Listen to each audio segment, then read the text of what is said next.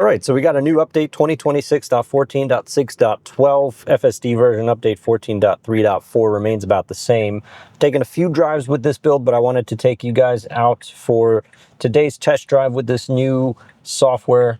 Just did a little bit of a brake tap there. We're about to turn right on red. Overall, this build has been fun. I haven't really noticed many differences, if at all. It is raining right now as well, so hopefully my camera on the outside is going to survive this. I had to take off the little bezel that usually waterproofs it because I have an ND filter up there, which now that I think about it, I don't think I needed an ND filter today, but yeah, hopefully it survives up there. I think we should be all right. It's very light mist. So we're doing a couple Supercharger stops right now. We're going to one just to see how it parks. It's a V2 back-in. And then from there, we'll jump to the second Supercharger where we'll end the video. And then from there, I do want to charge because today is the 4th of July, 2026. So happy 4th of July to you and your family. Thank you so much for supporting my channel. Happy 250th birthday to this great country of the United States. Hopefully you guys have something fun planned, or at the very least, get your Supercharger badge today because we are, there's a Supercharger badge essentially that you can get with each kind of holiday or certain milestones that the Tesla team deems to be fun and cool, like Earth Day. So yeah, it's definitely clearly raining. I thought we had a little bit more time before the rain would hit, but this would make out for a pretty good test drive nonetheless.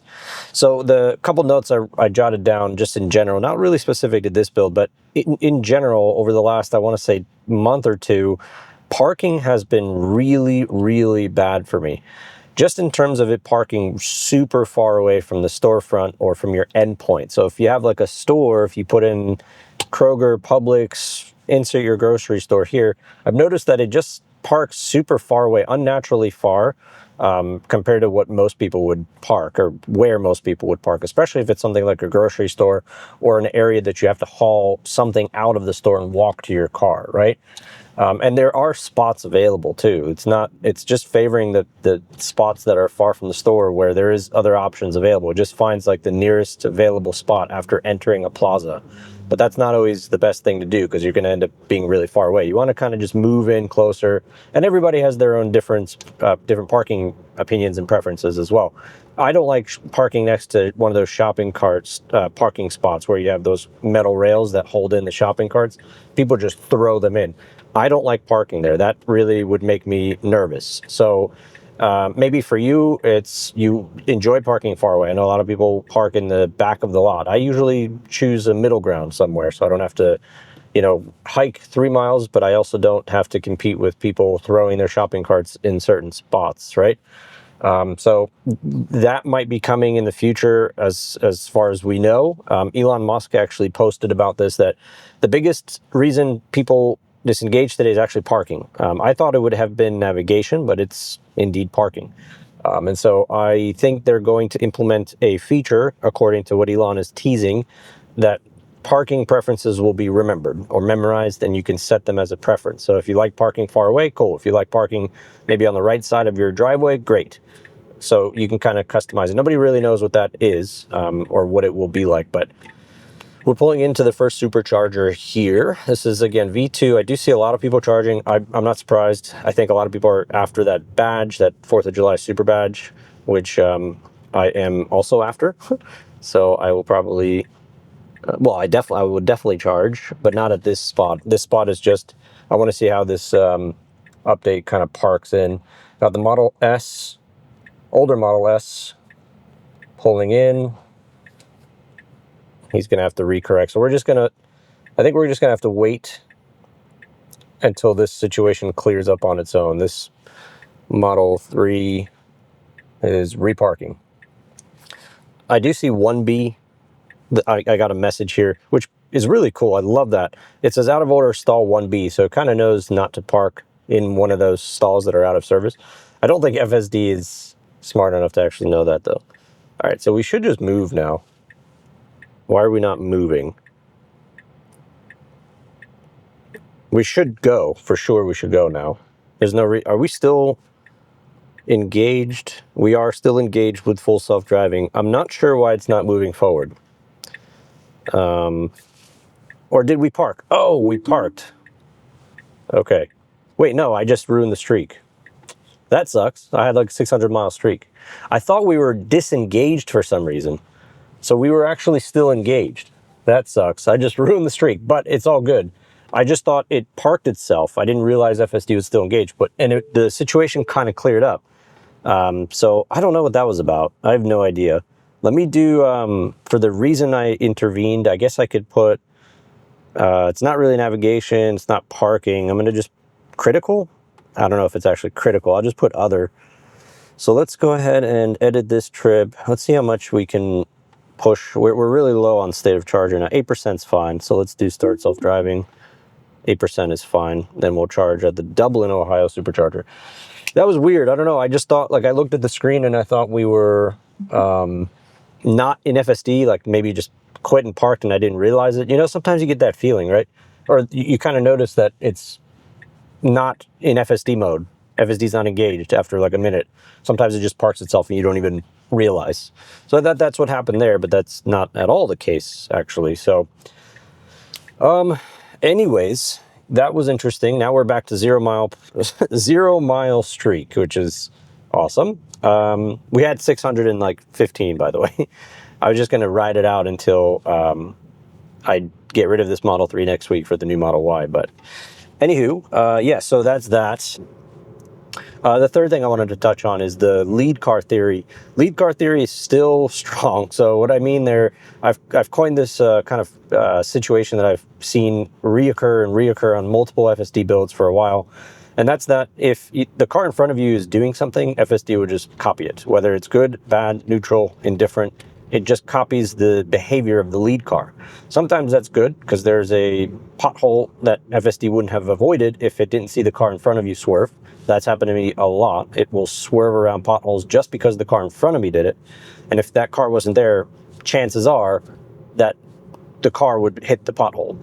But on the other hand, on the negative side of things, you can have situations where you turn right on red, even though there's a no turn on red sign, just because the car in front of you did it first. So it kind of works a little bit both ways there. So that lead car theory, though, is still a thing in this 14.6.12 build. I've seen it happen yesterday or the day before on my live stream. So that's still present, which is, you know, I think it's fine to weigh the decisions that FSD is making on the car in front of you, but it needs some level of logic. Like if it's turning right on red with a no turn on red sign, and we know for a fact that FSD can read no turn on red signs, and we know for a fact that it wouldn't have done it if it wasn't for that car, it needs that level of logic to say, okay, that car did it, but there's a sign I should stop. That's not the right thing to do. That's like advanced logic. You know, you can't just base every decision and action on the car in front. And I'm not saying that happens, but yeah, anyway, so that's that. And then the Model Y, yeah, you know, for those that are following me closely, like my core audience, I really appreciate your support, first of all. But second of all, if you've been following my last couple videos, you know I've ordered a new Model Y. So this is for anybody new to the channel, because I always get new people jumping in per the YouTube algorithm, feeding them my video. So if you're new, welcome. This is my Model 3. It's a leased vehicle, and I have about 6 months left on it. So I decided to trade this in and get the new 2020, are we calling it the 2027 Model Y now? I don't know. But the new Model Y Juniper, I went with the premium rear wheel, white interior, gray exterior. So that's been placed. The order's been placed about a week ago or so, and I'm set for delivery next week, which is very exciting. So everything is progressing very, very good. I mentioned this in the last video. All of the paperwork has mostly gone through. My final payment has gone through. My approval with the financing department and the bank, all that is pretty much done. I just have to sign some paperwork whenever I do go pick it up. And then I'll take delivery, inspect the car, see how it is, see how it operates. A few of you guys have left some comments and messages on X on what I should be looking for specifically. Like there were certain things that you all had found a problem with your Model Y. So I am taking all of that to heart. I really appreciate all that feedback, because I will check the car meticulously. And I'll try and record as much as I could as well on that day. But everything is going fine. Everything's on schedule, smooth, no problems, no hiccups. The Tesla team has been pretty good to talk to as well. There's a text messaging platform that you can text the number and it kind of reaches a human. So it's not fully automated, but the process on ordering is basically as easy as, I don't know, purchasing groceries from a grocery store. Just maybe more paperwork. It was fast. You just put that 250 US dollars down as a deposit, and then from there you just go through the paperwork of applying for a loan, but you do it on your time. You don't have to negotiate.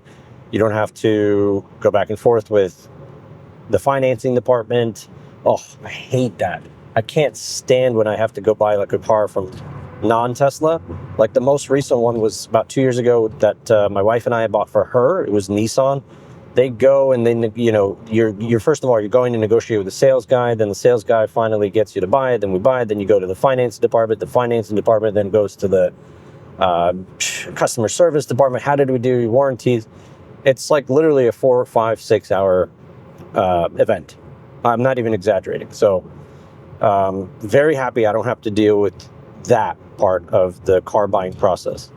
Let me switch over to I don't know, we could go over to Hurry, because we were going about 72 here in a 65. I want to see, I felt a little bit slow is what I'm saying compared to like the flowing traffic right there. See, we're going 75 there, and the cars behind me even are going to pass us in just a second. It just felt like we were going a little bit behind what traffic was having us keep up with in general there. So yeah, so that is most of the updates. We're 8 minutes away from the Dublin Supercharger. So what I'll do is I'll either fast forward this next like 5 minutes of footage, or maybe I'll just cut to when we get a little bit closer to that Supercharger so that we can see if it could park at least at that one, because you saw the first one was a complete failure. So I'll see you in just a second. All right, guys, so we're pulling in now. We're just around the corner. It should be in this plaza to our left. We do have charger selected, so we'll see what kind of experience we have with this charger. I'm still, as I was cutting through this footage here, I was processing what happened at that last charger. I'm gonna have to go back and kind of review the footage because I don't know exactly why it just froze. But anyways, I'll look at the footage again and see if I can make something out of it. A lot of times when I see something out on the road, something isn't that obvious to me, but when I go and review the footage, it becomes very clear. There was something that I didn't see, there was someone there, etc. So I don't know, we'll see if I can spot anything. So this Supercharger is inside of a Meijer parking lot, and it looks like it's going to go up and around instead of cutting through, which is fine. Oh, actually no, never mind. I see the Tesla Supercharger. I thought the charger was on the other corner, so never mind. It did not go up and around. It just went exactly where the navigation has it. Where the navigation has it going here. All right, so we're gonna reverse next to this. I believe that's a Hardware 3 Model Y. Yeah, no problem there. So we concluded the drive, guys. Appreciate you tuning in. Let me drop a comment down below what you think that other disengagement might have been a part of. No idea what that was about, but also let me know how you're enjoying this recent update if you got it. I think it went pretty wide with 2026.14.6.12, is it?